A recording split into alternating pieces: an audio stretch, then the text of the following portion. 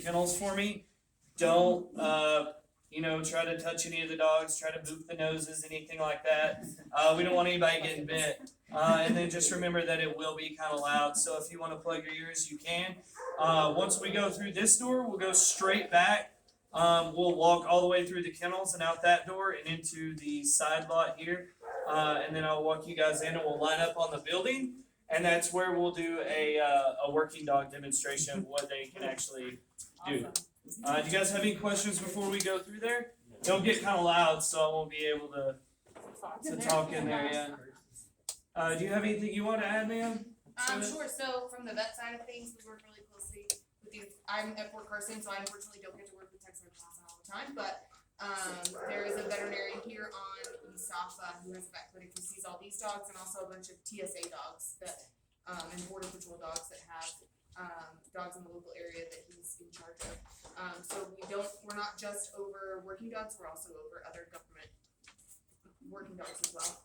But there's veterinarians at Lackland that help raise these, or like do surgeries for these dogs and all that kind of stuff while they're there for a year doing training.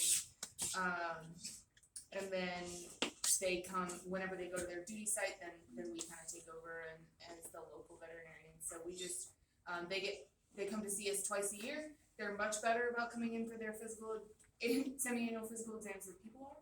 So we see them really often. We do blood work every year. We try to maintain a good relationship so that we can keep these dogs as healthy as possible. So. And they are soldiers, right? Yes. And Yeah. they Airmen. I'm sorry, Airmen. she's a soldier. They're That's okay.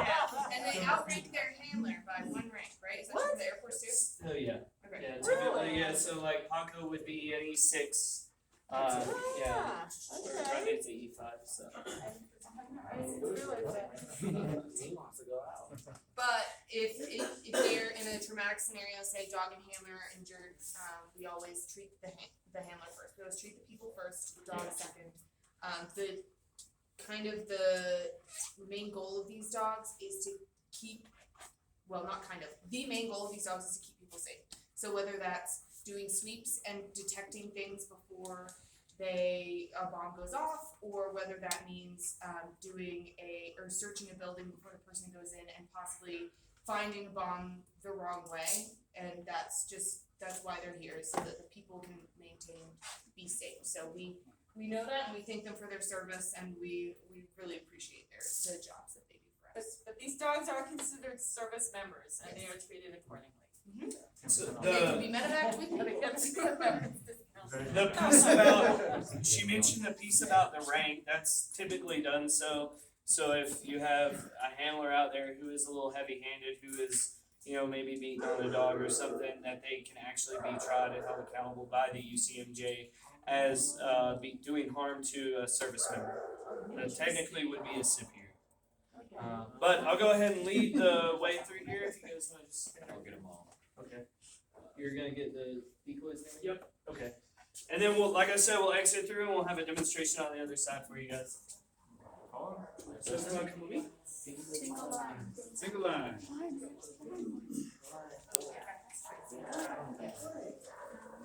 No pet the dog. No put on the nose, right?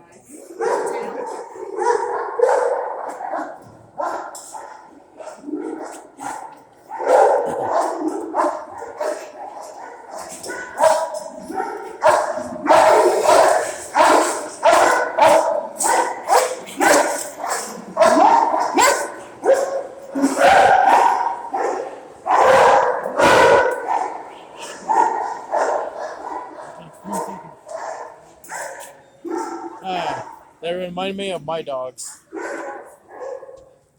All the training, all that stuff they need to do. They'll do the obedience course once a day as per their requirement.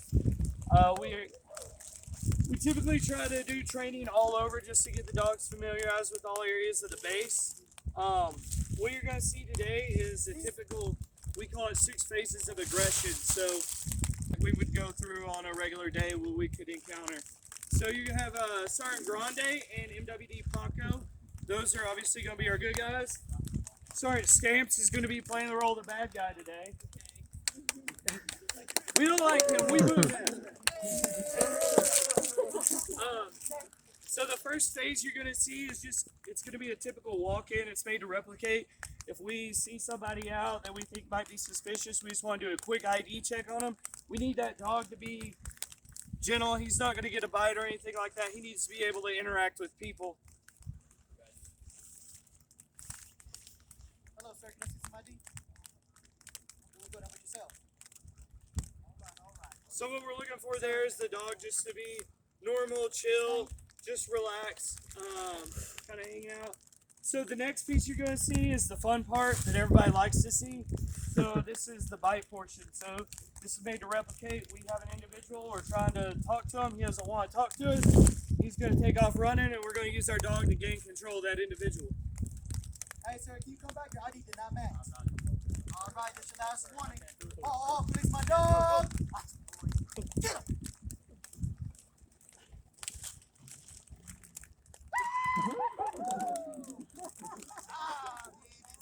So these guys, these dogs are trained to attack the extremities, so the arms and the legs. Sometimes Paco, he goes a little high, he gets on the back shoulder. That's what we're looking for. We're not looking for a lethal bite or anything like that. We use these dogs to kind of gain compliance of the individual.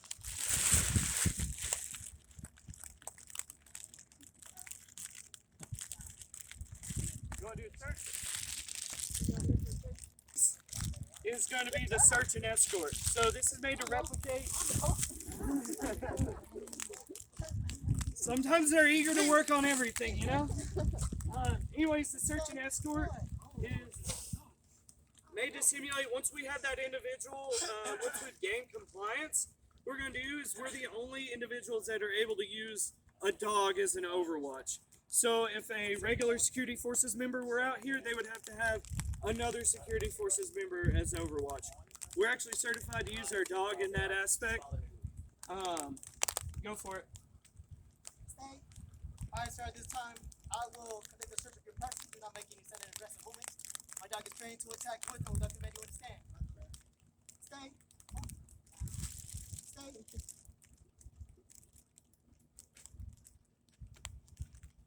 So we have a compliant individual here. He's not doing anything crazy to set this dog off, anything like that. And that's what we're looking for, is the dog remains calm. He knows his job. But we're also looking for, if that individual were to fight back, do anything crazy, that dog gains compliance to that individual. Can you run it again? All right, sir, this time I'll conduct a search of your person. Do not make a sudden aggressive movement. My dog is trained to attack with or without command. You understand? Stay.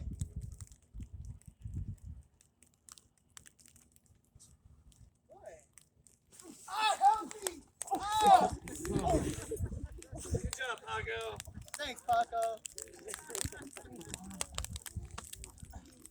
All right, so the last piece that you guys are going to see today is actually one of the hardest that we have to train on. And it's going to be called the standoff. So you guys ready for SO? All right. So in use of force terminology, if you're to fire a gun, you can't recall that bullet. You can't call it back. That bullet's going to travel all the way through its intended target.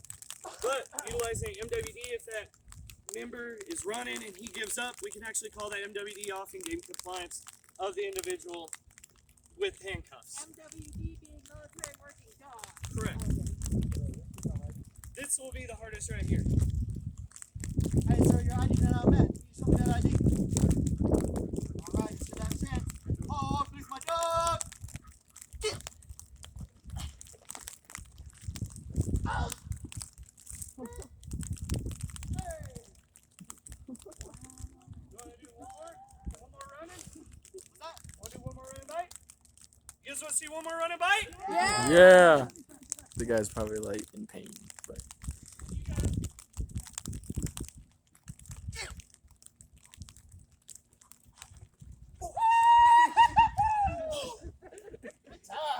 What do you guys think of Paco? good one. Amazing. He's pretty cool, right? No. So that's concludes the 6 phases of aggression that we have for you. We'll kind of circle you back in the kennel. We can answer some more questions that you guys might have. Kind of get everybody out of the rain a little bit and let you guys feel on this suit and see some other things we have to do.